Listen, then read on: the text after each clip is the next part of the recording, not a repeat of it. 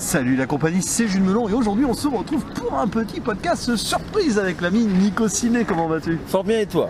Bah écoute, ça va très bien parce qu'en plus c'était pas prévu, mais nous sommes allés voir ensemble un long métrage français qu'on attendait pas mal, mais que malheureusement peu distribué. 119 écrans. Ouais, 119 écrans, c'est très peu. C'est triste. Voilà. C'est Le triste. fameux Gagarine, alors pas le cosmonaute russe, mais c'est en lien évidemment, réalisé par un duo, Fanny Liattard et Jérémy Trouille, dont c'est le premier long métrage, et adapté d'un court métrage documentaire qui est sorti en 2015 et qui s'appelait aussi Gagarine. Voilà. Oh, quel mystère. Donc nous sommes ici dans un film basé sur des faits réels, puisque ça se déroule donc à Ivry-sur-Seine, dans la cité Gagarine, qui a été détruite il n'y a pas longtemps, et dans le film elle s'apprête à être détruite. On va revenir après sur le synopsis. D'abord parlons quand même du casting, alors que là vous voyez on est en plein Paris, donc il y a un peu de bruit en fond, mais c'est ça aussi qui fait la magie des podcasts. Au casting nous avons des acteurs pas forcément connus, par exemple les débuts d'Alseni Batili qui joue Yuri dans la cité Gagarine, Yuri Gagarine, voilà. Lina Koudry qui elle avait été révélée dans Papicha, voilà. Je sais pas si tu avais vu ce film. Non. Et il y a aussi Jamil McCraven ou encore Finnegan Oldfield qu'on a vu dans d'autres films. Et en acteur plus expérimenté, nous avons Farida Rawaj qu'on a vu par exemple dans Paparazzi il y a plusieurs années ou Convoi exceptionnel récemment. Et alors, Denis Lavant est là, oui, l'acteur fétiche de Léo Scarax pour un petit rôle, mais on prend toujours plaisir à le voir. Participation. Dédicace à Louane N et à Microciné au passage, parce que bientôt il va y avoir Annette de Léo Scarax. Voilà, bon. Qu'on attend tous énormément. Exactement, exactement. Et donc, quelle est l'histoire de ce Gagarine, qu'une sorte de drame, hein, on va dire ça comme ça, qui se passe dans la cité donc Gagarine d'Ivry-sur-Seine, qui s'apprête à être détruite, ça on l'a dit déjà en intro. Mais on va suivre donc Yuri, un jeune qui a envie de sauver sa cité, parce qu'elle est elle est un peu insalubre et tout, donc il y a des gens, des experts qui viennent et qui commencent à dire là ça va pas, donc on va la détruire. Lui il essaye de réparer des petits trucs avec ses amis. Diana, qui est une fille qui vit dans un camp de Rome, c'est une Rome d'ailleurs, et qui pas dans la cité exactement, et son pote Oussam, voilà. Et alors il y a le dealer local aussi qui va se mêler un petit peu à l'histoire, on y reviendra un petit peu dans les détails. Et va-t-il réussir à sauver sa cité, lui, Yuri, qui se voit, qui s'imagine cosmonaute dans sa chambre, dans son appartement? C'est un petit peu comme s'il était dans sa capsule spatiale. Il s'appelle Yuri, dans la cité Gagarine, et oui, Yuri Gagarine, qui a vraiment, je crois, inauguré la cité Gagarine. On voit les images d'archives au début. Donc c'est très lié, voilà, c'est un joli concept, je trouve, comme idée de base. Et du coup, alors, qu'est-ce que tu as pensé de ce film qu'on a vu dans des conditions sonores et visuelles particulières? Alors, déjà, je passe un petit coup de gueule parce que ce film prouve une fois de plus qu'on arrête de cracher sur le cinéma français, oui, en disant que c'est de la merde ou qu'on ne sait rien faire dans le cinéma français.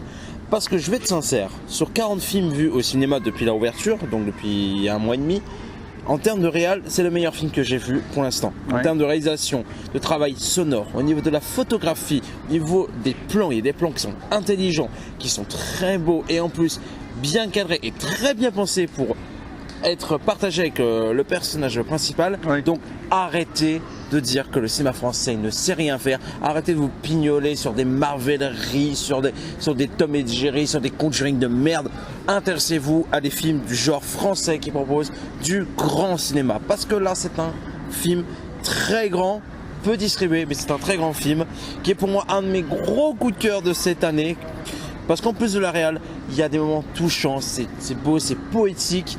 Donc oui, sans surprise, voilà, j'ai bien aimé, c'est beau, puis il y a quelques petites facilités par-ci par-là, par moments ça manque un peu de subtilité, oui, par moments ça manque de subtilité je trouve, par moments tu me dis oui, bon il y a certains trucs, un peu plus de développement par-ci par-là, mais voilà, moi j'ai vraiment accroché, j'ai voyagé. Et c'est ça le cinéma aussi, c'est de pouvoir voyager, s'évader. Et quand un film comme ça, malheureusement, peu de personnes vont en parler, sauf que dans le podcast Partons de Cinéma, qu'on salue. Hein. Oui. Mais en tout cas, voilà, moi c'est un film que j'ai vraiment apprécié, que je recommande si vous avez la chance de la voir près de chez vous. N'hésitez pas parce que je pense que vous allez bien voyager. Et toi du coup? Bah écoute, déjà je rebondis sur ce que tu as dit. Oui, le cinéma français se porte très bien. Voilà.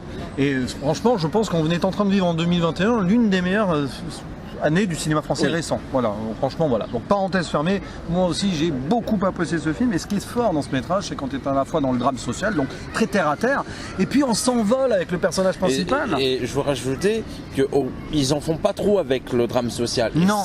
Et ça, c'est ça que j'ai beaucoup aimé, parce que c'est ce qu'on reproche souvent dans le cinéma français, qu'on fasse trop de drama social. Trop pathos. Trop pathos, hein. Ouais. On a qu'à le voir le fameux Envole-moi, hein, qui est sorti il y a quelques mois. J'ai pas vu. Oui, que je te déconseille d'ailleurs. Oh. plus sincèrement, voilà. Donc là, il y a un drame. On le mais sent, hein. On le sent, Il y a mais le contexte. sans en faire trop, sans chercher à faire du tir-larme et Non. tout.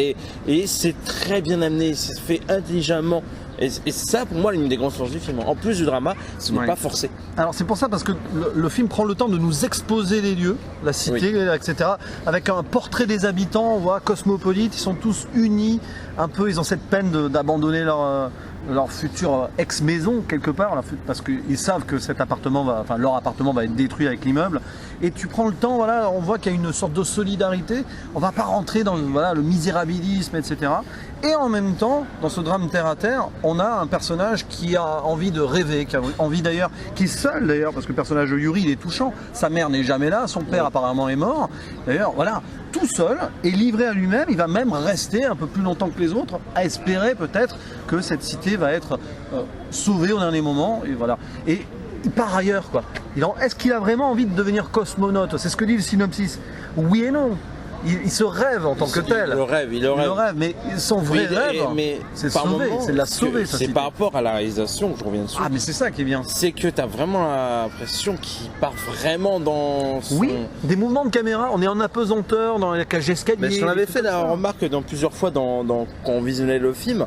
C'est vraiment bien foutu. À Quoi. un moment, il est à sa fenêtre, on voit la caméra tourner comme ça, on a l'impression qu'il se met en orbite. La photographie, mais même il y a des moments, il y a des couchers Des de soleil, des couleurs, des couleurs. roses et tout, mais c'est Il y a un travail sur les couleurs, le son évidemment, mais ça on va y revenir après. la musique La musique, qui est composée d'ailleurs par les frères qui est Galpari. incroyable. Voilà. Surtout la musique sur la scène finale.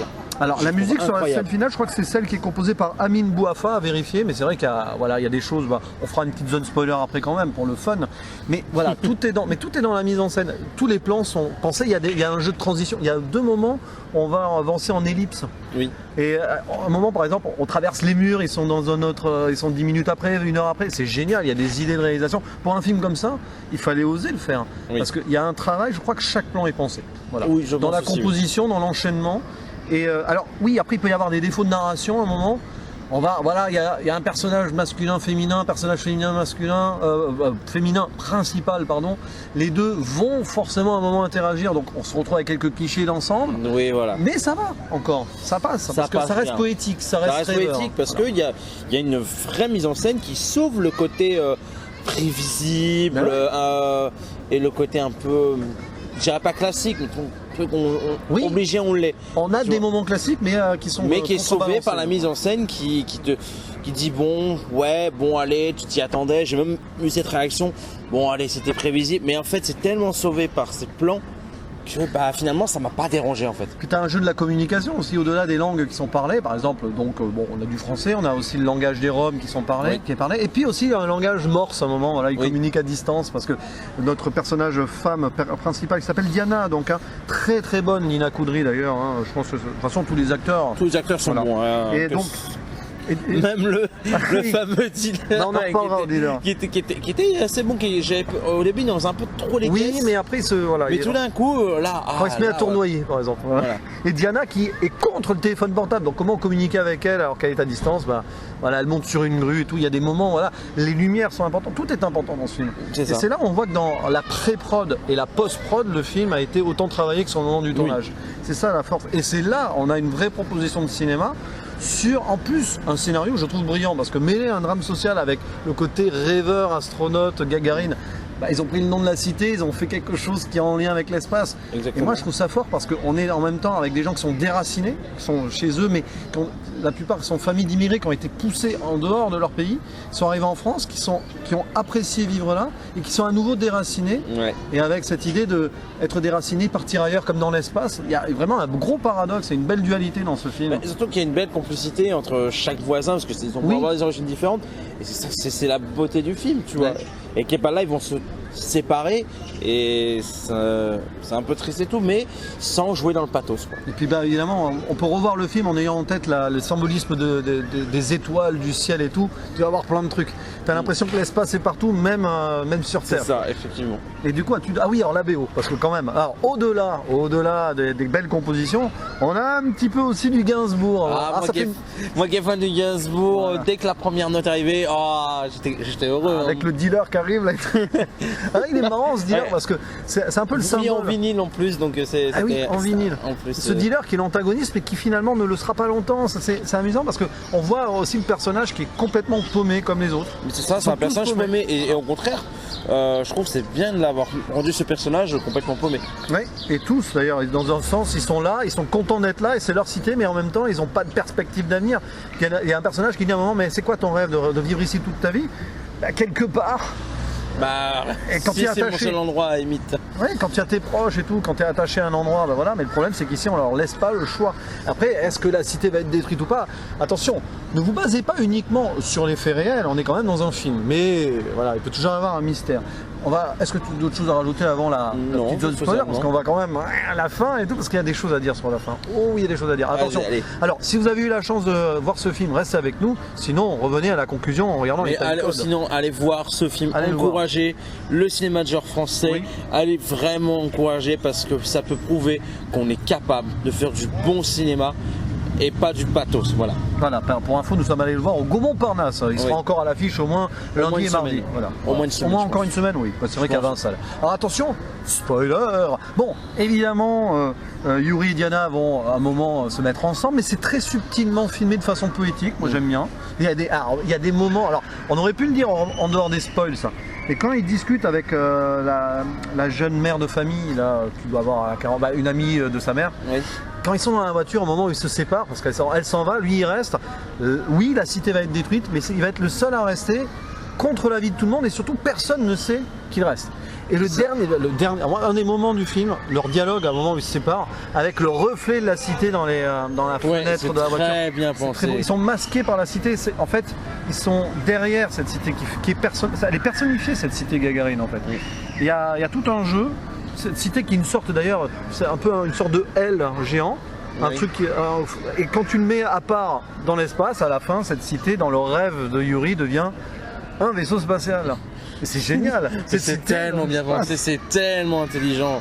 Et là, tu te dis à un moment, quand même, c'est tellement fou parce qu'il fait plein de stratagèmes avec des calculs, il va récupérer plein de trucs, notamment chez le personnage de Dénué Lavant. Tu te dis à un moment, va-t-il vraiment réussir à transformer la cité ou sa capsule personnelle, et va-t-il aller dans l'espace? En fait, on a l'impression et tout, mais il rêve parce qu'à la fin, il a froid, il est en train de mourir, quoi. Il prend un grand froid et il va rester et il va réussir à détourner en fait la destruction en recablant les trucs et en mettant donc en lumière le symbole SOS en morse pour qu'on vienne le chercher et va empêcher la destruction de la cité, du moins temporairement, et devenir le héros de tout le monde qui était revenu voir la destruction. Et c'est marrant parce qu'avec leur téléphone portable et leur lumière, ça fait comme des petites étoiles dans le ciel. Ouais. C'est beau. La fin est magnifique. Oui. Et voilà, c'est devenu le héros, il a réussi à faire quelque chose, au moins il aura fait quelque chose de sa vie, quoi qu'il Oui. arrive. Et je pense que le message du film, il est là. C'est que vous n'avez pas besoin d'aller forcément ailleurs. Vous êtes là où le destin vous a mis, avec les gens autour de vous, vous pouvez quand même réussir à faire quelque chose. C'est vrai. Avec les rêves. Les rêves, des fois, on en fait ce qu'on veut.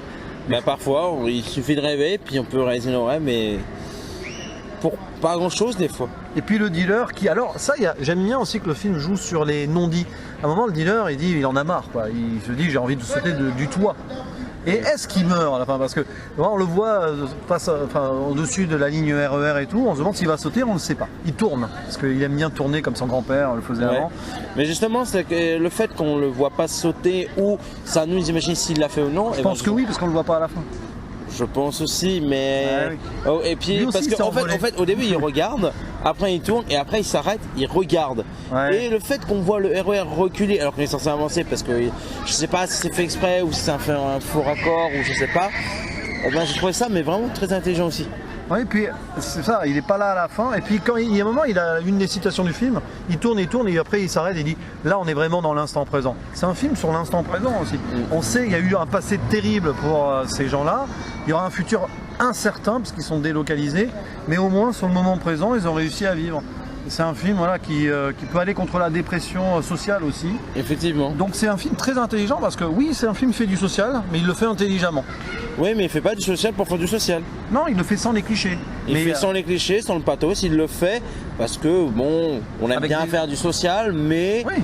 Mais il y a tellement de magie dans je le répète, dans un réal, tellement de magie qui nous fait rêver que dit oui, c'est du social parce qu'il faut parler de ces choses-là, mais d'un côté, il y a le côté rêveur qui t'emporte vraiment. C'est ça, on peut vraiment saluer le travail de Fanny Liattard et Jérémy Trouille.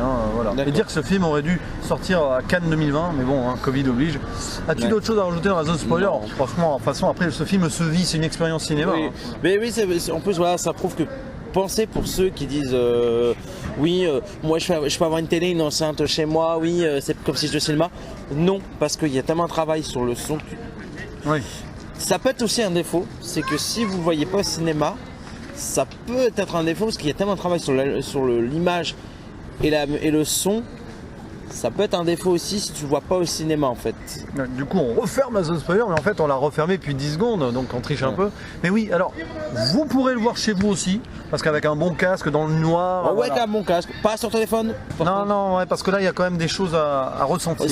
Si vous pouvez mettre avec votre grand téléviseur, avec un bon casque, vous pourrez passer un très bon moment quand même. Moins que sur grand écran, on ne faut pas se mentir. Mais vous pourrez être bien rempli en termes d'immersion. Voilà, et du coup alors, ta conclusion, ta note, et comment le classerais-tu dans cette année, notamment au niveau des films français? Serait-ce ton film français préféré de cette année? Film français préféré? Ah oui, clairement, pour l'instant oui. Un des meilleurs films de l'année, je pense qu'il va rester longtemps dans ma mémoire parce qu'il m'a tellement fait rêver. Donc c'est un film qui est extraordinaire par sa réal, qui n'abuse pas du pathos, du tire-larme dans son côté drama social. Des acteurs qui sont extraordinaires, une BO incroyable. Donc ouais, pour moi, je sens que je vais le garder un bon moment dans mes mémoires. Et il y a peut-être moyen qu'ils finissent dans le meilleur de l'année.